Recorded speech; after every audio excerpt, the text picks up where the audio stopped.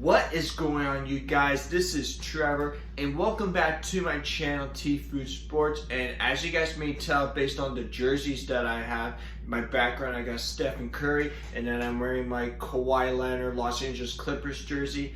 Today, I'm going to give you guys a little bit of the recap on how the 2021 NBA All-Star rosters will shape up for the All-Star festivities, which will happen on March the 9th. I'm going to give you guys a little bit of a recap on how both the Eastern Conference and Western Conference All-Star rosters is shaped up, and a little bit of a reaction and my thoughts on, you know, who got snubbed.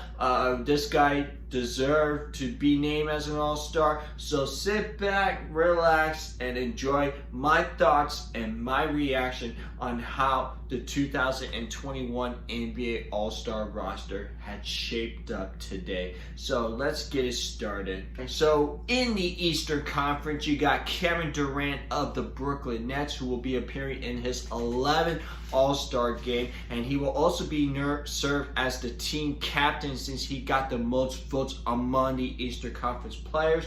Joining him in the starting lineup, you got Giannis Antetokounmpo of the Milwaukee Bucks appearing in his 5th straight All-Star game, followed by Joel Embiid of the Philadelphia 76ers. And then in the backcourt, you got Bradley Beal, who's leading the league in scoring from the Washington Wizards, will be appearing in his 3rd All-Star game, getting his 1st All-Star start. And you got Kyrie Irving of the Brooklyn Nets will be appearing in his 7th All-Star game. And then let's take a look at the reserves. You got Ben Simmons of the Philadelphia 76ers will be appearing in his 3rd straight All-Star game, And then following that, you got James Harden of the Brooklyn Nets, who will be appearing in his 9th consecutive All-Star appearance. And then in the front court, you got Jason Tatum of the Boston Celtics going to his 2nd straight All-Star game. And then you got Nikola Vucevic of the Orlando Magic will be appearing in his 2nd All-Star game. And then you got Jaylen Brown of the Boston Celtics will be appearing in his 1st All-Star game. Following that, you got Zach Levine of the Chicago Bulls, who will be appearing in his 1st ever All-Star game, a member of the Chicago Bulls. And finally, Julius Randle of the New York Knicks will be appearing in his 1st All-Star game. So there you have your Eastern Conference All-Stars. Now let's take a look at how the Western Conference All-Star rosters is shaped up. In the starting lineup, in the front court, you got LeBron James of the Los Angeles Lakers, who's be going to his 17th All-Star game, followed by Nikola Jokic of the Denver Nuggets. He will be making his 3rd straight All-Star appearance, followed by Kawhi Leonard of the Los Angeles Clippers. He will be going to his 5th All-Star game, followed by Stephen Curry of the Golden State Warriors. He will be making his 7th All-Star appearance, and Luka Doncic of the Dallas Mavericks will be going to his 2nd straight All-Star game. And in the reserves, you got Damian Leonard of the Portland Trail Blazers, who's making it for the 6th time of his career. Following that is Donovan Mitchell of the Utah Jazz. He will be heading to his 2nd straight All-Star appearance, followed by his teammate Rudy Gobert, who's also making his 2nd straight All-Star appearance. And then following that, it will be Anthony Davis of the Los Angeles Lakers, making it for the 7th time of his career. And then following that, it will be Chris Paul of the Phoenix Suns. He will be making it for his 11th All-Star appearance, his 2nd straight in a row after missing 2017, 2018, and 2019, but he will be making his 11th All-Star game appearance. And then following that, you got Zion Williamson of the New Orleans Pelicans, who will be making it for his 1st All-Star game appearance. And last and certain not least, you got Paul George of the Los Angeles Clippers, who is making it for his 7th time of his career. So Paul George and Kawhi Leonard of the Los Angeles Clippers will be teaming up for the Western Conference All-Stars. So now that I gave you guys a little bit of a recap on who's going to be representing for the 2021 All-Star Game, I want to give you guys some my thoughts and reaction on how the overall roster has shaped up. And let's begin in the Eastern Conference. And even though the Eastern Conference, it was really tough because I had like maybe 16 guys that deserve to be on the All-Star roster.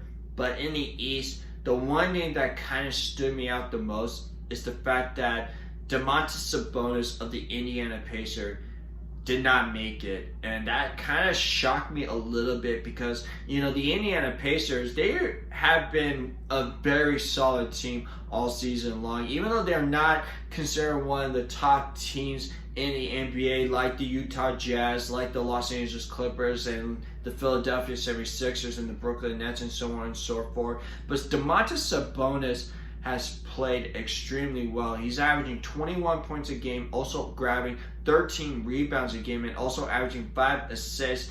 And the Indiana Pacers have the 4th seed in the Eastern Conference. And the fact that Nikola Vucevic have got it in kind of surprised me a little bit. And to me, there are other guys that I thought was more deserving than Nikola Vucevic of the Orlando Magic. You know, Sabonis, he should have been on the roster. Like, I was shocked that the coaches did not vote for him to represent in the Eastern Conference. And I also thought that Bam Adebayo of the Miami Heat, even though the Heat struggled early on the season, a lot of that has to do with them missing Jimmy Butler for the majority of the season. He was on the protocol, and he also had an ankle injury as well. And I also thought that my hometown boy, Fred VanVleet of the Toronto Raptors, I thought the Raptors should have at least one representative to go to the All-Star game. And that's why I thought, you know, Sabonis, Adebayo, VanVleet, and also Trae Young, who made it as his starting point guard last year, he did not get named as an All-Star this year as well. So to me,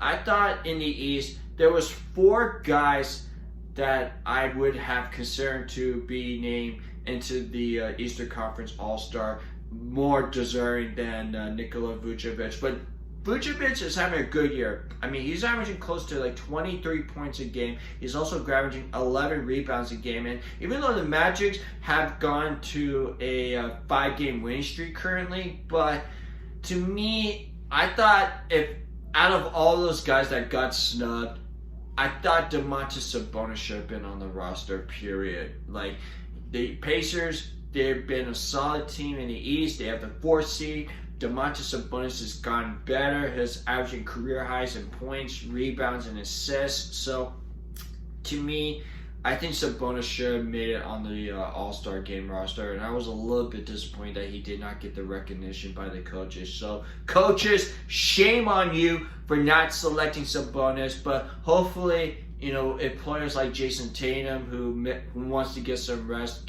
decide that he wants to skip on the All-Star game, then I would not be surprised if Sabonis' name has been picked up as a potential injury replacement. So, Sabonis, you know, you're an All-Star in my heart, and to the rest of the guys that has been named as an All-Star, like Zach Levine, very deserving, even though the Bulls are having the 9th seed in the Eastern Conference, but Levine has been balling, like 27 points, 5 rebounds, 5 assists. I mean, Zach Levine has been balling, and he's very deserving, representing the Chicago Bulls for the first time since Joakim Noah in 2014. So, good for you, Zach Levine.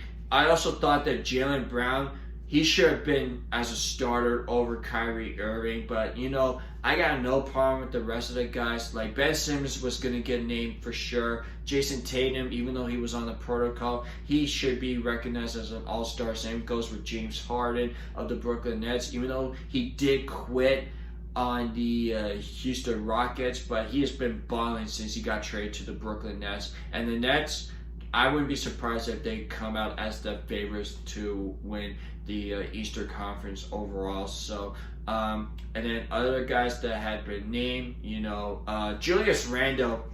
I think this is, out of all the guys, I thought Julius Randle was most deserving to be named as an All-Star, because if you take a look at his numbers, he's averaging close to 23 points a game. He's also averaging 11 rebounds a game. And the Knicks, they currently have the 8th spot in the Eastern Conference.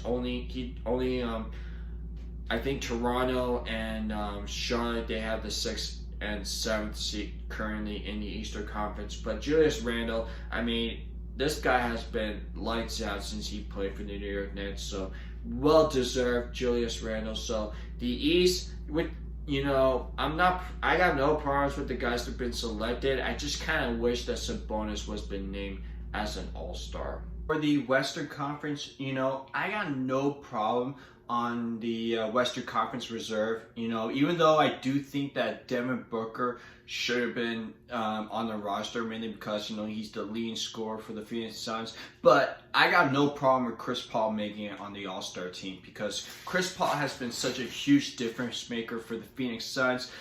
He brought a new leadership, a new culture, and the Suns hadn't made it to the postseason in the past decade. So Chris Paul, you could definitely show how much he is so valuable for the Phoenix Suns. I do think that Devin Booker, even though Anthony Davis may not even play this year because he's out with the Achilles injury, but if there's one guy that would be a potential replacement for Anthony Davis, then Devin Booker should be named as an injury replacement for from Adam Silver, the commissioner of the NBA. And then some other guys that named it, Paul George, he's having a bounce-back season, averaging close to 23 points a game. He's also shooting a career-high 50% on the field, 49% behind the three. Both the Utah Jazz players, Mitchell and Gobert. The Jazz, they had the best record in the NBA, so there's no question that the Jazz should have 2 All-Stars on that team. Even though Mike Conley could have got a little bit of a recognition, but